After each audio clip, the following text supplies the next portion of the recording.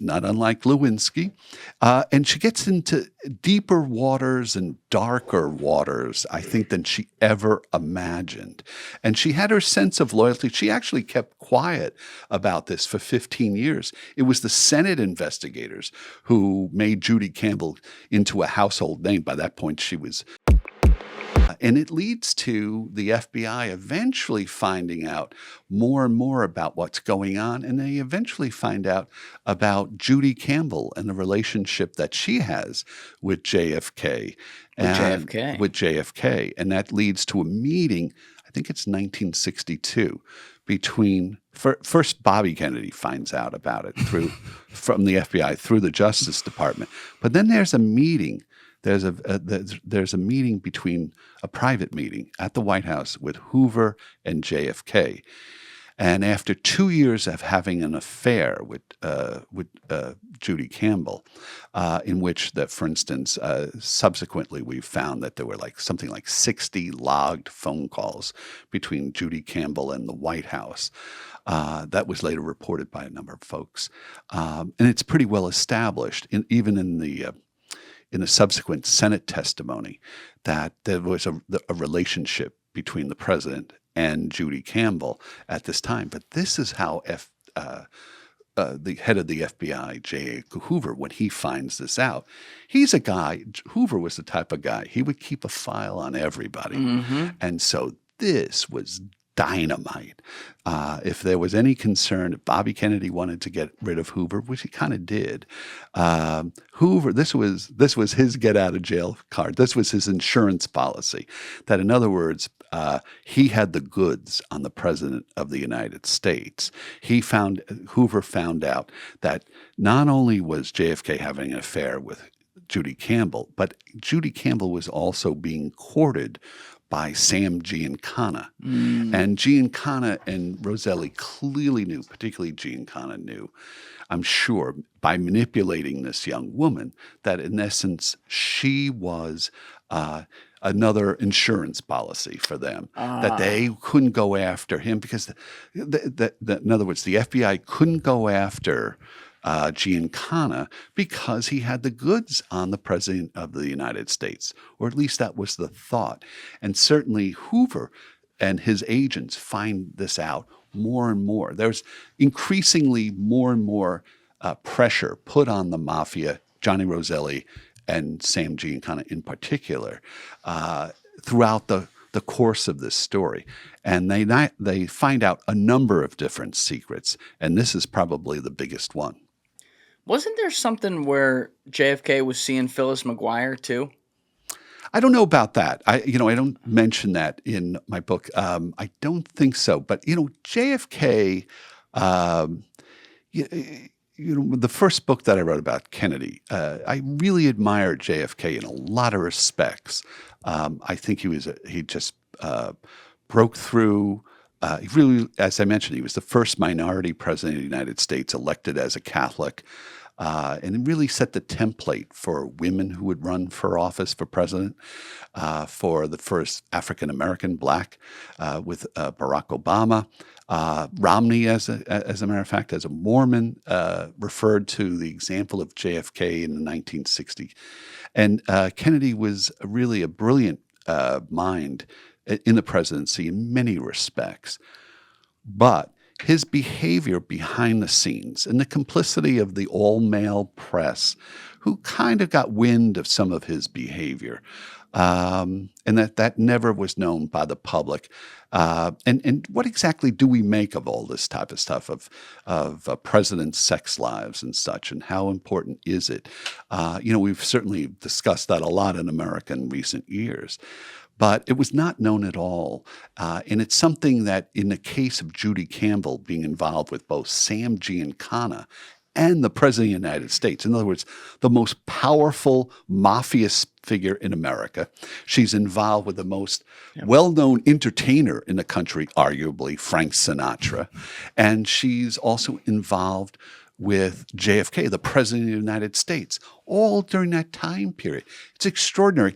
And yet I tried to make sure that Judy Campbell was not a cartoon figure.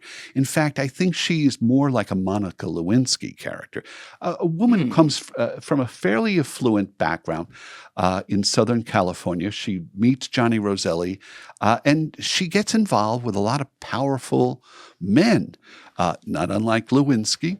And she gets into deeper waters and darker waters, I think, than she ever imagined. And she had her sense of loyalty. She actually kept quiet about this for 15 years. It was the Senate investigators who made Judy Campbell into a household name. By that point, she was married. Her name was Judith Exner by that point. But for 15 years, she kept quiet. And Johnny Roselli comes back, and in very interesting ways that I detail in Mafia Spies, when Jack Kennedy, who she really loved, is killed in Dallas, Judy Campbell is basically puts herself in a hotel room, and the feeling is that she may be suicidal. And it's actually Johnny Roselli who reaches out to her. And, is Johnny Roselli doing it out of the goodness of his heart, or is he somehow trying to keep her quiet and do whatever? It appears as though Johnny Roselli fundamentally did like Judy Campbell. And so Campbell is a much more complicated figure in Mafia Spies than just dismissing her as some sexual floozy or something like that. Roselli's background, though, too, I don't know how much we got into this earlier. I can't remember if we were talking before the podcast or on it. No. But he's also fascinating because he's not... He basically has the autonomy to be this incredibly powerful mob guy, but he's not a mob boss. He's not in charge of a family. He's not a capo. He's not a captain of a crew or anything. He's like this, He's a strategist. Right. He even has a card that says, his business cards, Johnny Roselli, strategist. Yeah. And so he he was a facilitator, but that was his power. His power was that he also was acceptable to a lot of the Hollywood types and business people. Somebody like Robert Maier, working with the richest man in the country. He deals with Johnny Roselli. Right. Roselli, he might get rid of people. He might have been involved in numerous murders himself, particularly as a younger man. And there was always that threat of violence with Johnny.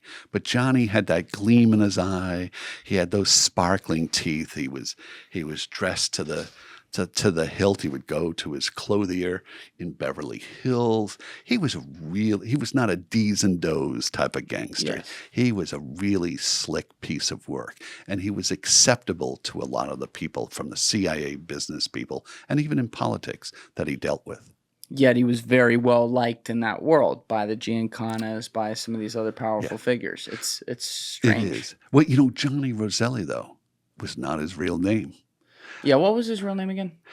Filippo Sacco. And Right. that, you have on your wall over here, Don Draper from Mad Men. Well, what's the big secret in Mad Men? Don Draper. It's not his real name. Not his real name. And he's Spoiler alert. and right.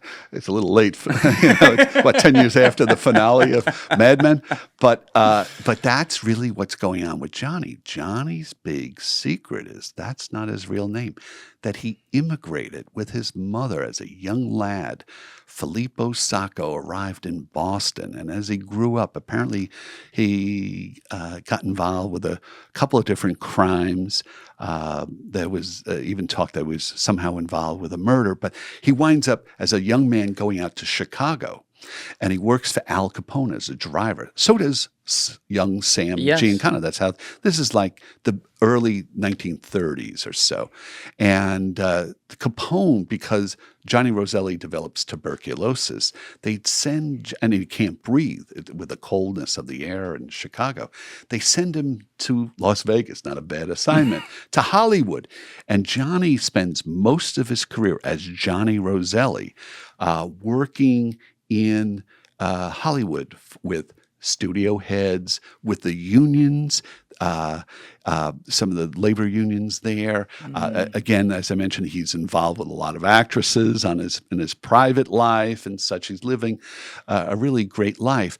Johnny Roselli, though, what's interesting to me about it is, as I mentioned, I try to look at the culture of people that I write about. And he was also a Catholic, Roselli. And the name, so how does he go from Filippo Sacco to Johnny Roselli?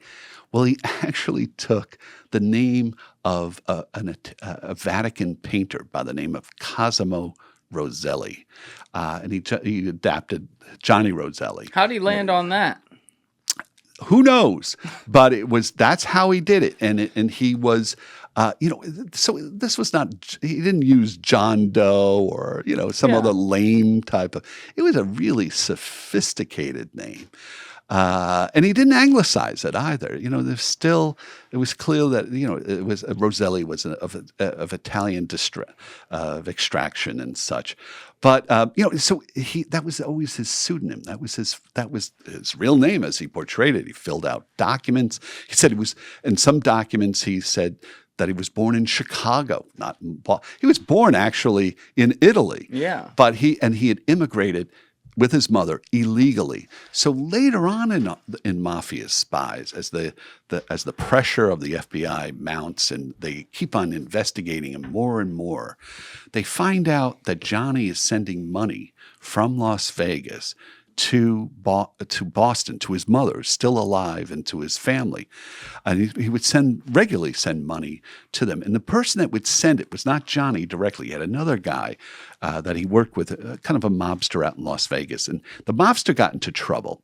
And the FBI made a deal with him to follow him. And they followed him to the extent that they found out that Johnny would have this satchel of money that he was sending to his mother.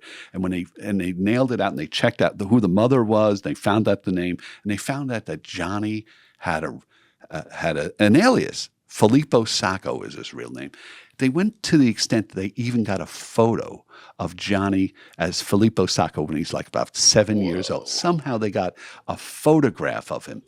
And they actually confronted Johnny Roselli late in this story. The FBI confronts him that he's a phony, that it's not Roselli, it's Filippo Sacco. And Roselli says, "Go talk to my lawyers." He kind of blows it off and whatever. But Johnny realizes that he's going to be deported. There were other gangsters who were deported. That was one of the arms that the FBI and law enforcement in the United States they could use. They would deport people if they realized they were here illegally. Instead of convicting them and going through all that trouble, just send them the hell out of the country. And so Johnny realized if he got deported, this was likely a death sentence for him. So he was desperate. He was desperate not to be deported. And by that point, we're talking about the early 1970s. Yes. And that's when Johnny says, things are coming to a head here. So you have, by the mid-70s, the Church Committee is now getting wind of all these different operations, the attempt by the CIA, the attempts to kill Castro. They're going to subpoena both Sam Giancana and Roselli to talk about that.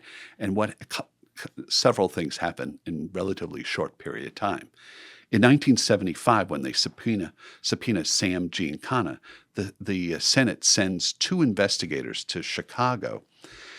And that same day that those investigators arrive in Chicago, Sam has that dinner that night with one of his daughters and a couple of friends. They go home at night, and Sam makes a little snack for himself. And while he's cooking up this snack, some assailant comes through the door. Some assailant, which might be who we don't know for sure who it is. It's a speculation, but it seems to be that Sam recognized who this assailant was.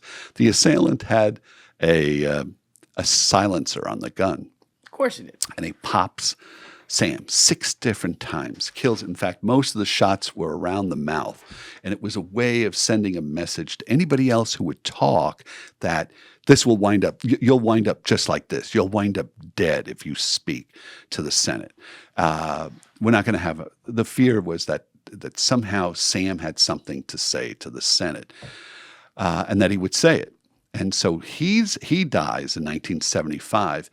And after that death, Johnny is really incredibly nervous about what's going on. He moves down to Florida, and he's subpoenaed to testify. The first time he testifies, Johnny barely says anything of that the Senate investigators already didn't know. He barely says anything of real substance in his investigation. But as things develop and it looks like he's going to be deported now by 1976, Johnny has his lawyer float the idea that he knows something about the JFK assassination, and that he's not only willing to talk more about what's going on with the CIA, but that he could shed some light. And he dangles that through his lawyer. They dangle this to the Senate investigators, and they subpoena Roselli the second time. But before he can testify, Johnny goes out to play golf, and he never comes back. This is down in Florida. In fact, a few weeks later, they find Johnny dead, his body all chopped up, stuffed into a 55-gallon barrel, thrown into the bay out in Miami Beach, not too far from the Fontainebleau Hotel where all of this begins. And that is the death of Johnny Roselli. Thank you for watching the video, guys. If you haven't already subscribed, please smash that subscribe button and check out this clip's full podcast episode by clicking here or in the description below.